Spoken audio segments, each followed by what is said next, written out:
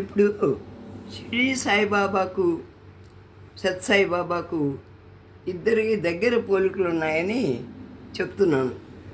ఎందుకంటే మరి స్వామి చెప్పారు, నేను పూర్వజన్మలో షిరిడి సాయి యొక్క అవతారము, ఆయన శివస్వరూపుడు, నేను ఇప్పుడు సత్సాయి బాబాగా జన్మించాను, నేను శివశక్తి స్వరూపుణ్ణి. కాబట్టి పోలికలో తేడా ఉండొచ్చు, కానీ చేసిన పనుల్లో మాత్రం చాలా దగ్గర పోలిక ఉంటుంది. అయితే షిరిడి బాబా మహారాష్ట్ర దగ్గర బొంబాయి నగరం సమీపంలో షిరిడి నగరంలో జన్మించారు. అక్కడ ప్రజలు మూఢ విశ్వాసాలు, ఆ యొక్క ప్రజల యొక్క దుర్గుణాలని మాపి అంటువ్యాధుల్ని తగ్గించాలని అక్కడ జన్మించారు. అక్కడ ఉద్ధరణ చేశారు. ఆ ప్రదేశం అంతా కూడా, ఆ దగ్గర పరిసరాలన్నీ కూడా బాగు చేశారు. అయితే సత్సాయిబాబా అవతారం చాలా విస్తృతమైంది. ఆయన ప్రపంచాన్నే ఏకంగా ఇదిగా చేసుకుని 290 దేశాలు, మన దేశమే కాకుండా అన్ని దేశాల ప్రతినిధులు అందరూ కూడా, మరి అందరు భక్తులు అన్ని మతాలు ఒకటేనని బాగా సాటి చెప్పడానికని క్రైస్తవులు, ముస్లింలు, హిందువులు అందరూ వచ్చేవారు ఆయన దగ్గర. కాకపోతే ఈయన ప్రణాళిక పెద్దది. ఆయన ప్రణాళిక ఆ టైంలో అదే తీసుకున్నారు. ఆ టైంలో షిరిడి బాబా చినిగిన వస్త్రాలు ధరించేవారు. అయితే సరే, వాళ్ళు భక్తులు ఏడ్చేవారు, బాబా మేము బట్టలు ఇస్తాము, వేసుకోండి బాబా అంటే, ఈ జన్మ కాదులే, వచ్చే జన్మ చూద్దాం అన్నారు. అలాగే ఆయన మరి పాత బట్టలు చిరిగినవి అలాగే వేసుకుని తిరిగేవారు. ఈ సత్సాయిబాబా జన్మలో మరి మంచి బట్టలు వేసుకుంటామని చెప్పారు కదా, అందుకని చెప్పి కొంచెం మంచి కాషాయాలే వేసుకునేవారు ఎక్కువ. తర్వాత ఎప్పుడన్నా తెల్ల డ్రెస్సు మరి పుట్టినరోజుకి చేసుకునేవారు. ఎప్పుడన్నా మరి ఎరుపు రంగు ధరించేవారు, ఎప్పుడన్నా నీలం ఎరుపు కూడా ధరించేవారు. చాలా అందంగా ఉండేవారు. అంటే శివశక్తి స్వరూపుడు కదా స్వామి, చాలా అందంగా కనిపించేవారు. అయితే షిరిడి సాయిబాబా అవతారంలో కొద్దిగా తెలిసిన వాళ్ళే నా దగ్గరికి రాగలుగుతారు, విన్నవారే నా దగ్గరికి రాగలుగుతారని స్వామి ఎక్కువగా చెప్పారు. అయితే స్వామి ఏం చెప్పారో, షిరిడి బాబా ఏం చెప్పారు, సత్యము, ధర్మము, శాంతి, అహింస, దాన్ని వేరువేరుగా మహిమలు చేసి లీలలు చేసి చెప్పేవారు.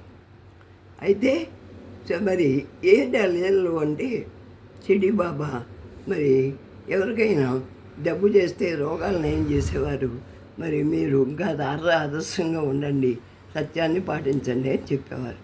అయితే ధర్మం, ఇంకా వాళ్ళు అనేక మూఢాచారాలతో కొట్టుకుపోతుంటే వాళ్ళందరినీ కూడా మంచి మాటలు చెప్పి అలాగా ధర్మాన్ని మీరు రక్షించండి, భార్య ధర్మం భార్య, భర్త ధర్మం భర్త, బిడ్డల్ని వాళ్ళ కార్యక్రమాలు చెయ్యండి అని చెప్పేవారు. అది వేరుగా మాటలతో ఎలా చెప్పకుండా మరి ప్రాక్టికల్గా ఉదాహరణగా చెప్పేవారు.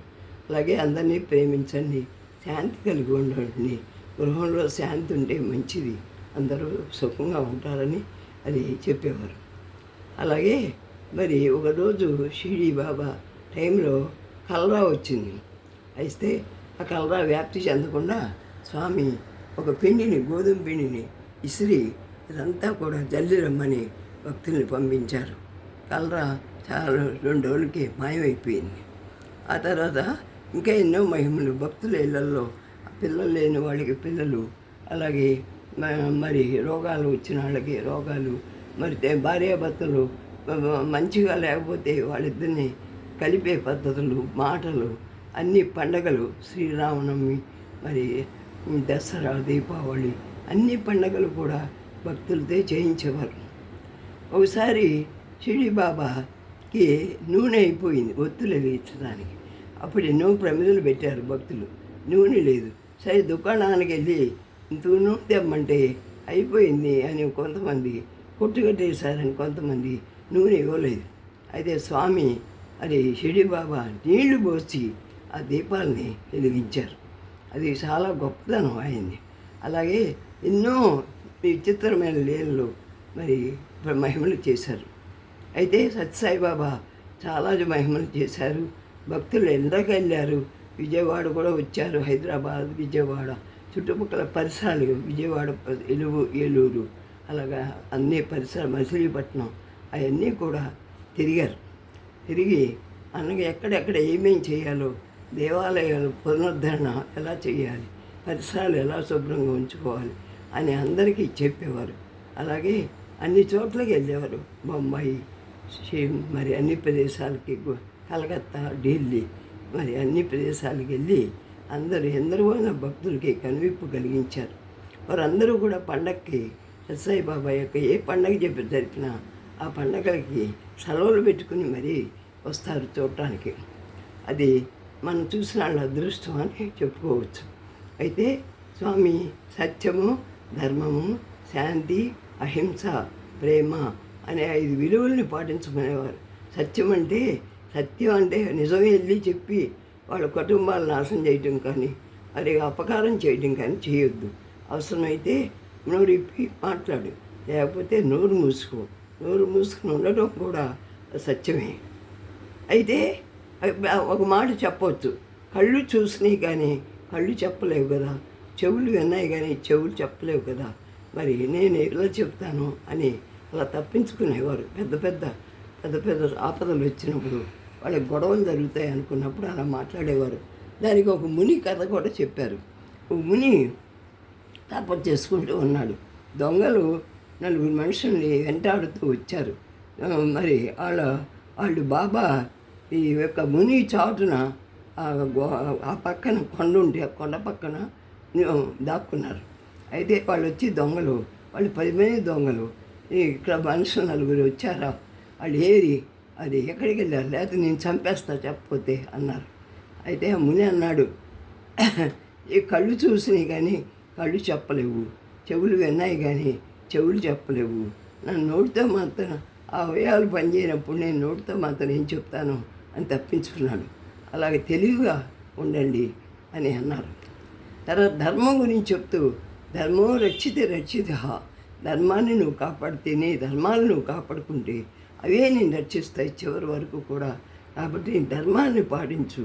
అది మాతృధర్మం, పితృధర్మం, అతిథి ధర్మం, గృహధర్మం, గృహస్థ ధర్మం, వానప్రస్థ ధర్మం, మరి ధర్మము అన్నీ కొన్ని నియమాలు ఉన్నాయి. యవనానికి కొన్ని నియమాలు, వానప్రస్థానికి, బ్రహ్మచర్యానికి ఎవరెవరి నియమాలని వాళ్ళు పాటిస్తూ చక్కగా జీవించండి అనేవారు.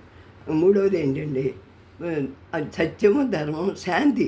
మన మనసులో ఏదైనా కల్మషాలు, ఏదైనా వారి కోపం వచ్చినా, ఉద్రేకాలు వచ్చినా తర్వాత నిదానంగా మర్చిపోయి వారు శాంతిగా కలిగి ఉండండి. మీ మనసు ఎప్పుడు శాంతిగా ఉంటుందో అప్పుడు కల్లోలం కాకుండా మైండ్ మనోమూలం ఇదం జగతి, మనసే కదా అన్నిటికీ కారణం. ఆ మనసును శాంతిపరచండి అని వేడుకోండి. పోనీ మీకు చేతకపోతే భగవంతుని వేడుకోండి. తర్వాత ప్రేమ గురించి చెప్తూ అందరి పట్ల ప్రేమగా ఉండండి. మరి పశుపక్షాదులు కూడా వాటికి నోరు లేవు కానీ వాటిని కూడా ప్రేమగా చూడండి. చక్కగా వనాలని పెంచండి. చక్కగా జంతువుల్ని మరి ప్రేమగా చూడండి. పెంచుకోలేకపోయినా కనీసం వాటి రాళ్ళతో కొట్టకుండా చక్కగా మరి వాళ్ళు జన్మాలు చేసుకుంటున్నాయి కదా, మనం ఎందుకు వాటిని హింసించడం అని వాటిని బాధించకూడదు. అది మరి ప్రేమ అంటే. అలాగా అన్ని ధర్మాల గురించి వివరంగా చెప్పేవారు. ఇంకా ఏం చెప్పేవారు, కాలయాపన చేయరాదు, కాలం గడిచిపోతే నీకు తిరిగి రాదు, క్షణం గడిపితే ఆ జీవితమే వ్యర్థము అని చెప్పేవారు. ఇంకా మరి అన్ని ఆహారాన్ని, విద్యుత్ శక్తిని, ధనాన్ని, మరి నీటిని, మరి ఏటిని కూడా వృధాగా పోనీయకూడదు. అవసరమైనట్టుగానే వాడుకుని మరి పంపు కట్టేయాలి. ఒకసారి స్వామి స్నానం చేస్తూనే కంట్లో సబ్బు పడింది. అయితే ఆ స్వామి అలా కళ్ళు నలుపునేప్పటికీ బయటకు వచ్చేటికి ఎర్రగా మారింది. భక్తులు చూసి, స్వామి ఏంటి మీ కన్ను అంత ఎర్రగా మారింది అంటే, నేను నీళ్లు అన్నీ ఒకేసారి తిప్పుకోను, కొద్దిగా తిప్పుకుంటాను, ముఖానికి సబ్బు రాయంగానే అది నీళ్ళు అయిపోయినాయి, మళ్ళీ పంపు తిప్పేదటి కొద్దిగా లేట్ అయ్యింది, అందుకని కళ్ళలో పడింది అన్నారు. వీళ్ళు ఆశ్చర్యపోయారు. ఎంత నీటి దగ్గర కూడా ఎంత పొదుపా బాబా అంటే, నేను చిన్నప్పుడు అనుభవించిన అనుభవాలు నాకు తెలుసు, అందుకనే మీరందరూ నీటిని వృధా చేయొద్దు. ఇప్పుడు అందుకనే స్వామి అక్కడ ఎక్కువగా రత్న అదే ఒక నది ఉంది. ఆ నదిని అంతా శుభ్రం చేశారు. మరి మంత్రులందరూ వచ్చినప్పుడు చంద్రబాబు నాయుడు, మిగతా మరి ప్రధాని మోదీ, ఇంకా హైదరాబాద్ వాళ్ళు అందరూ మరి వీళ్ళందరూ వచ్చినప్పుడు స్వామి చెప్పారు నీటి గురించి ఎవరికి ఇబ్బంది పెట్టద్దు, ఎక్కడెక్కడ ప్రాజెక్టులు పెట్టి ఎక్కడ చెరువులైనా కనీసం మరి బావులైనా తవ్వించి పంపులు కనెక్షన్ ఇచ్చి పల్లెటూరు జనాన్ని ఉద్ధరించమని చెప్పేవారు. అలాగ అందరికీ ప్రజలు కూడా మీరు చేయగలిగింది చేయమని. ఇప్పుడు బంగారు ఒక్కడు కుటుంబం అంటున్నారే, ఆ కుటుంబం ఏంటి అంటే ఉన్నవాళ్ళు బాగా ఉన్నవాళ్ళు లేని వాళ్ళని దత్తత తీసుకుని వాళ్ళ కుటుంబాలకి మినిమం సహాయాలన్నా చెయ్యండి అని. దాన్నే ఇప్పుడు మన మంత్రి చంద్రబాబు నాయుడు గారు ఆయన చెప్పిన సిద్ధాంతాలని పాటిస్తూ ఆయన నమ్మానని చెప్పకపోయినా ఆయన చేసే పనులు, ఆయన చెప్పిన మాటలు ఆయన చేస్తూ ఆచరిస్తూ ఉన్నారు. అట్లాగే లోకేష్, పవన్ కళ్యాణ్ కూడా ఆయన మాటలను గౌరవిస్తారు. పుట్టపర్తి వెళ్ళారు, చూశారు, అన్నీ బాగున్నాయి. కాబట్టి మన రాష్ట్రమే కాకుండా దేశ ఉజ్వల భవిష్యత్తు జరగాలని కోరుకుంటూ అందరికీ సాయిరాం.